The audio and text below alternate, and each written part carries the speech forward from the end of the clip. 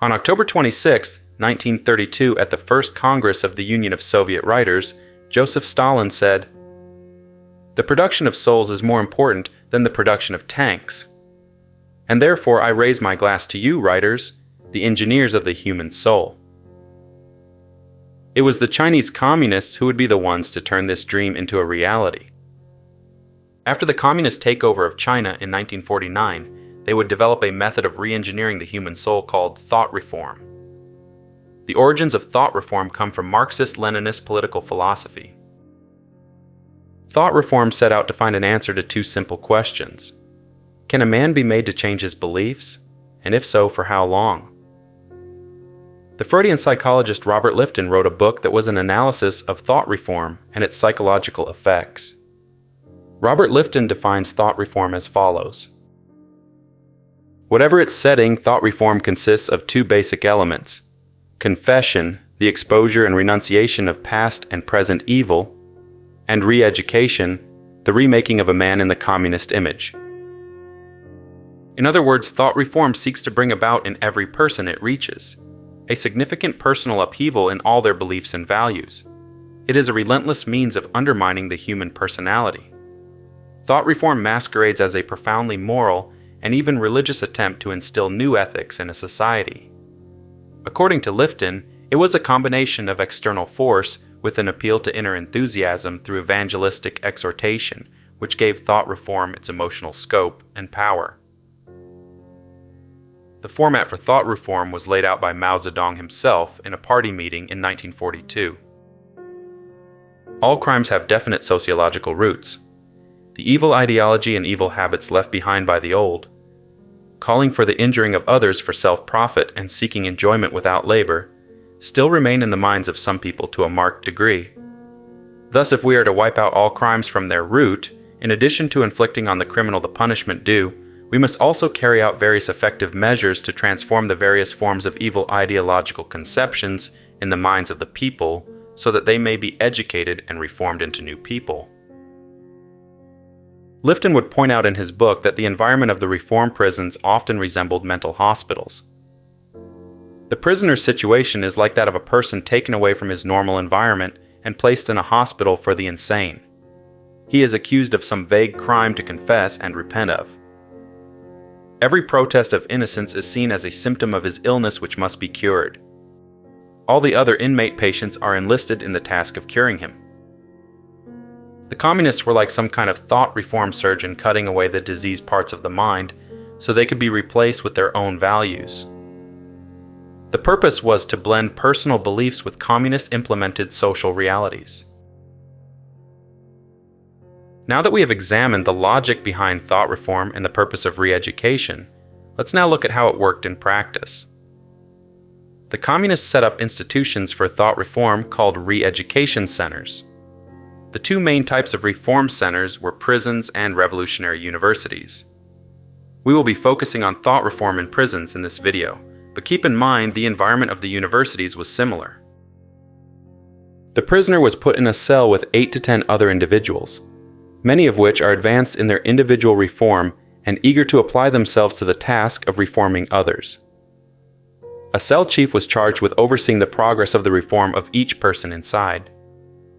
The newcomer would sit in the center of the cell and the others would form a circle around him. The group would shout at the prisoner, denouncing him as a criminal and demand he confess everything to the government. This drama was referred to as a struggle, which was supposed to assist the prisoner with his confession. It was an experience the prisoner would undergo frequently in the early phase of his imprisonment. The purpose here was to cause distress and to weaken his resolve. He would be ready to say or do anything to get out of this humiliating situation. This was the first phase of an individual's reform, which lasted until the prisoner was broken. This would go on for several hours each day until the prisoner was called to their first interrogation. The prisoner would be removed from the cell and taken to a room with a judge and a secretary present. The judge would begin by saying that the person had committed crimes against the people and demand a confession. Any protests of innocence by the prisoner were met with abuse and a demand to confess and be freed of the burden of these crimes. They would attempt to manipulate the prisoner by saying that everything that had happened was his fault, including what was going to happen next. After all, he could just confess, and then the judge could quickly resolve his case, and he would be released. He was being compelled to assume guilt, and later they would turn this guilt into shame. Here the government is forcing the prisoner to become a witness against himself. If the prisoner doesn't give them a convincing confession, chains are placed on his wrists, and he's sent back to his cell to think over his crimes. When he's returned later, he is given another chance to confess.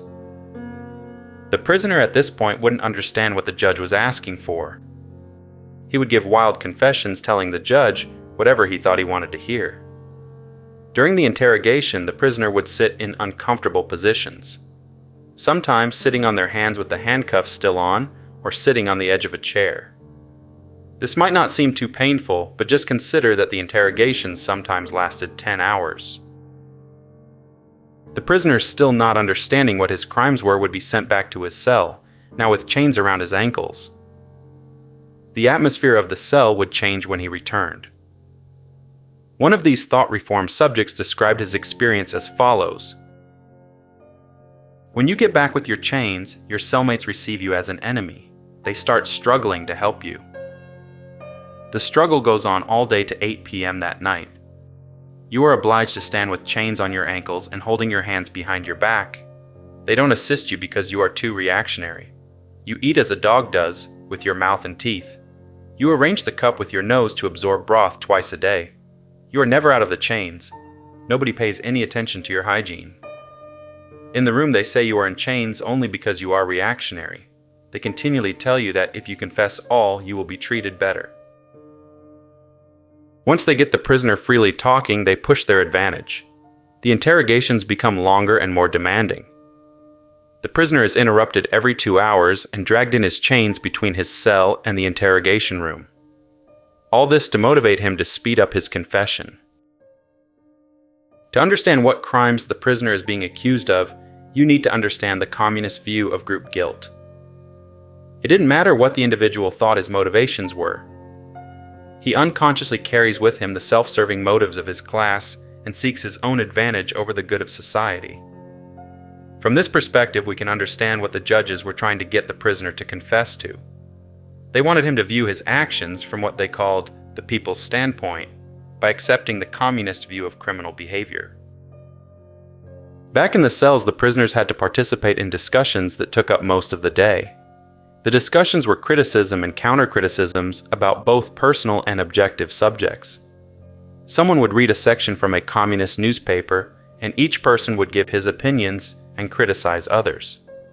They were learning to take the people's standpoint on personal actions, political ideas, and ethical issues, arguing from that perspective rather than their own. Everyone was expected to actively participate and would be severely criticized for not showing enough enthusiasm. The communists wanted to teach people how to perceive the world. This meant that all information they were exposed to would be interpreted in terms of communist ideology. The cell chief was always present, taking notes on everything said. Everything a prisoner said was added to his file and used against him during his interrogations. They wanted personal information about strengths and weaknesses. The prison environment was like living in a glass house.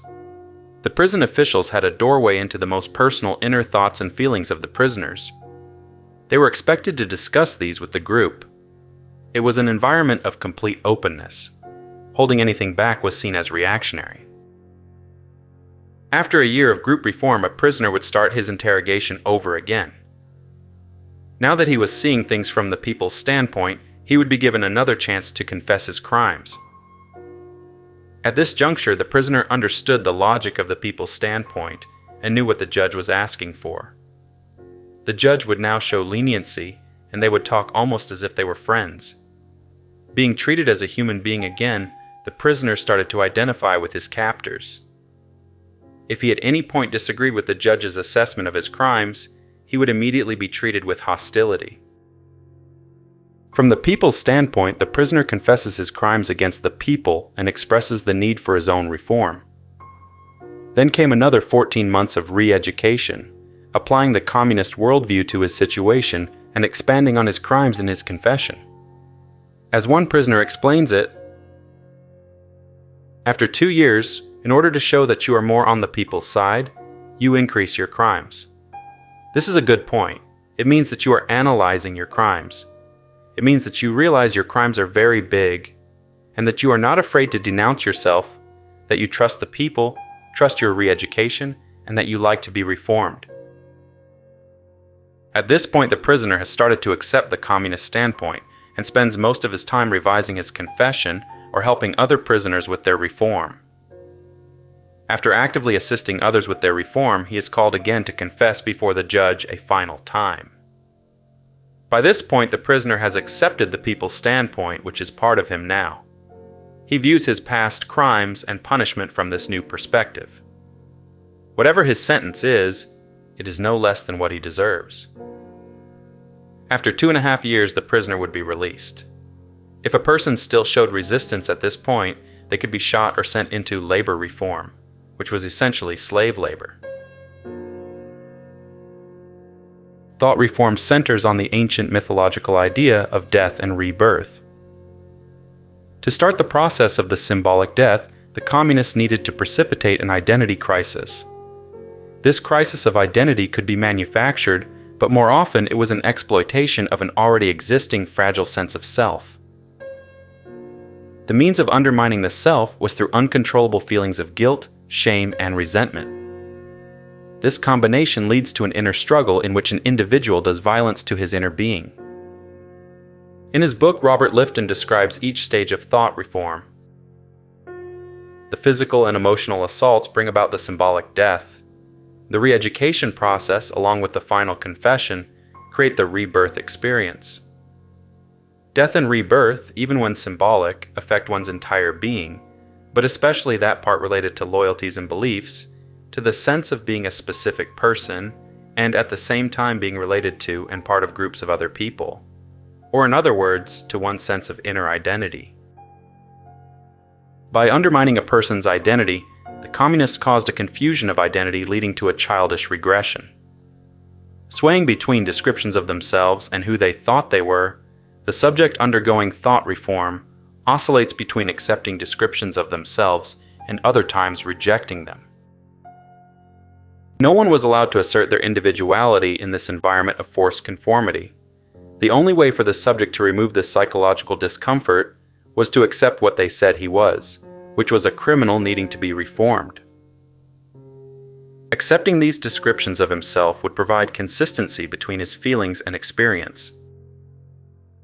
The combination of emotional and physical abuse with sleep deprivation created a state of hypnagogic suggestion. This is a state between wakefulness and sleep in which a person is more susceptible to suggestion as well as destructive impulses within themselves. Guilt played a central role in thought reform. The communists needed to create what Lifton referred to as a free-floating guilt. After creating this free-floating guilt, they could attach it to whatever object they chose. This complex of guilt creates a feeling of being evil, and the resentment starts to fade away. The prisoner feels he is both guilty and that he deserves his punishment. This change of attitude is a self-betrayal. He's violating the personal ethics he has previously lived by. Lifton describes this as a betrayal of not only themselves, but of their family and even society. They were in effect being made to renounce the people, the organizations, and the standards of behavior which had formed the matrix of their previous existence.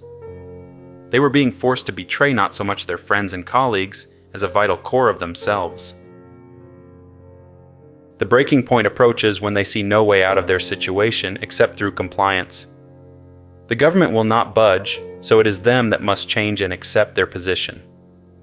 Fear becomes the point of motivation here as the victim starts to realize his own imminent destruction. This fear can be characterized as an existential fear. This fear of total annihilation is characteristic of the human condition. Feeding this fear are rumors in the prison of certain resistors being taken away to be shot. At this point, if the prisoner is to survive or avoid irreversible psychosis, a release is needed. The leniency and more humane treatment the prisoner is shown after complying to the demands for reform, are intended to take advantage of the basic human need for connection and understanding. After being abused for several weeks, he is suddenly shown friendliness and treated as a person instead of an animal. The prisoner is willing to do anything necessary not to lose their new status as a human being. The comments of one prisoner who had tried to commit suicide explains this new change. At first, they told me I had tried to kill myself because I had a bad conscience. But the doctor seemed very kind. Then an official came to see me, and he spoke to me in a friendly voice. The government doesn't want to kill you. It wants to reform you. We don't want to punish you at all. We just want to re-educate you. It was my first glimmer of hope. I finally felt there might be a way out. I wasn't feeling so helplessly alone anymore. The official had actually shown human quality. The most powerful stimulus coming from their environment was to confess. Their survival depended on giving a convincing confession. At the beginning, the prisoner submits by offering a wild confession. He comes up with outrageous crimes to try and please the judge. The longer he repeats these falsehoods, the more guilt and shame he feels. Eventually, he comes to believe he really is a criminal. The change of identity cannot take place until he accepts this new reality. Society and our parents have taught us that to feel guilty means you have done something wrong. According to Sigmund Freud, the negative feelings a child experiences after being punished or receiving disapproval from the parents become internalized as feelings of guilt and shame. This becomes part of a complex he refers to as the superego. The rejection of a prisoner's first confessions spurs him on to just confess everything, as a kind of soul purge. This identifies the prisoner with his new identity of the criminal and the repentant sinner. He in effect is saying, I must locate this evil part of me, this mental abscess, and exorcise it from my very being, lest it remain to cause me more harm. This leads directly to the second identity, that of the repentant criminal, the man who is, at whatever level of consciousness, not only beginning to concur in the environment's legal and moral judgment of him, but to commit himself to acquiring the beliefs, values, and identities officially considered desirable. This dualism between the two identities forces him to discard old emotions and principles. Accepting the values of his new identity, he is being reborn as a new man. Once the compulsion to confess is underway, it is transformed into a pseudological system for discovering evil in past thoughts and actions. A subject learns the people's standpoint, which is to say, they learn how to view their own feelings and behavior from the communist perspective. As they move further into the people's standpoint, they see an ever-increasing number of crimes. As the evidence of these crimes mounts, this increases guilt and puts pressure on a person to reform. Accepting the influences of this environment is the only way to escape this guilt complex. Once a person accepts the group morality, they are transformed from the individual who merely feels guilty into the individual that feels guilty about those actions the group considers criminal. The goal of thought reform is to change a person's relationship to their inner being. They exploit the pain someone feels for not achieving their highest self and make it seem like this is because of the crimes they are guilty of. Naturally, being reformed seems like the only way to unburden themselves. So far, we have examined the process of undermining the old self and little of reintegration. A person undergoing thought reform has a fractured identity. This is the symbolic death. At this point, the prisoner has more of a split identity than a whole self. The last stage of his reform is to merge these two elements. From the start, the guilt and self-betrayal started the process of creating a new identity. The feelings of nakedness and insecurity spurs the growth of a new identity. As the prisoner moves further into his new identity, he starts to experience a connection and harmony with his environment. The acting starts to become a reality, and he is reborn. If the person released from the influence of thought reform is to be whole, this is necessary. How one responds to thought reform will depend on two key factors. The first is their temperament. The second is their experiences, especially those of childhood. Many of the complexes, insecurities, and weaknesses of a person are from their childhood experiences. The ones most vulnerable to the influence of thought reform were the ones prone to guilt and who harbored a repressed identity crisis. This crisis of identity was held in check by the positions they maintained in society, job title, marriage, etc. Once they were removed from the environment that offered security from their fragile identity, these insecurities came to the surface. Aided by the abuse and group pressure, the inner conflict gained the upper hand. The success of thought reform, in other words, depends on how well put together the person is under its influence. The influence was successful to the degree which a person's identity could be undermined through feelings of guilt and shame. Thought reform was a combination of Marxist-Leninism combined with Confucian spiritual principles of self-cultivation. The ancient Chinese philosopher Confucius once said, "The cultivation of the person depends upon rectifying the mind." The purpose of thought reform was the cultivation of the individual, or in other words, to purge the evil ideology of the bourgeoisie and to remake a person in the communist image. The idea was to get a person to accept Marxist-Leninist political philosophy and Mao Zedong thought. This ideology proposes that human beings have the capacity to be good but are corrupted by society. By purging the old social order and replacing it with the communist ideal of a classless society, the evils of society would naturally disappear. A quote from the Great Learning echoes the pattern we see in thought reform. The ancients who wished to illustrate the illustrious virtue throughout the kingdom first ordered well their own states. Wishing to order well their own states, they first regulated their own families. Wishing to regulate their own families, they first cultivated their own persons. Wishing to cultivate their persons, they first rectified their hearts. Wishing to rectify their hearts, they first sought to be sincere in their thoughts. Wishing to be sincere in their thoughts, they first extended to the utmost their knowledge. From the Son of Heaven down to the mass of people, all must consider the cultivation of the person the root of everything besides. The process of self-cultivation is distinctly Confucian. Instead of just killing off the past, the communists brought parts of it into the new society in a new form that would feel familiar to all Chinese. Without the myths and emotional appeal of the past, the revolution would not have been as successful. These Confucian principles are what gave the thought reform its persona of a moral crusade.